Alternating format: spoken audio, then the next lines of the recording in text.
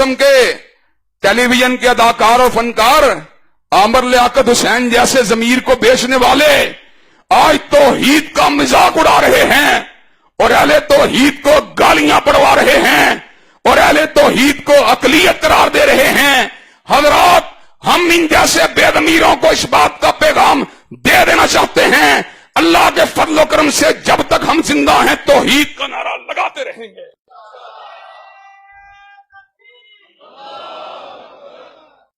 ان کو بتلا دینا چاہتے تم قلت کی بات کرتے ہو کثرت کی بات کرتے ہو. انا ابراہیم کان امتن قانتا للہ ابراہیم اکیلا ہی امت تھا. تم کیا بات کرتے ہو ہمیں کثرت سے دبانا چاہتے ہو.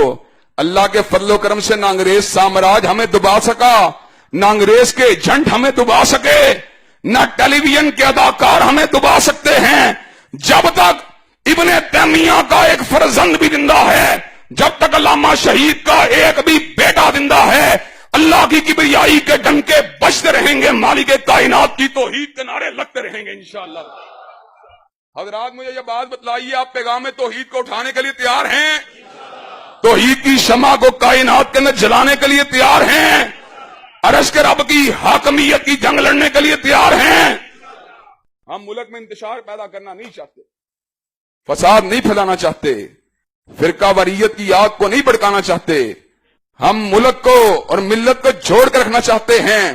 لیکن یاد رکھو عامر لیاقت حسین ہم اہل توحید اور اہل حدیث کو گالی دینا گوارا نہیں کر سکتے. اپنی زبان کو لگام دو. اگر تم نے اپنی زبان کو لگام نہ دی تو انشاءاللہ احمد ابن حنبل کے بیٹے ابن تیمیہ کے وارث اور علامہ شہید کے فرزند اللہ کے فضل و کرم سے میدان عمل میں نکل آئیں گے اور توحید کے پرچم کو اللہ کے فضل و کرم پاکستان کی دیوار در دیوار پہ لہرا دیا جائے گا انشاءاللہ. حضرات آپ یہ کام کرنے کے لیے تیار ہیں انشاءاللہ؟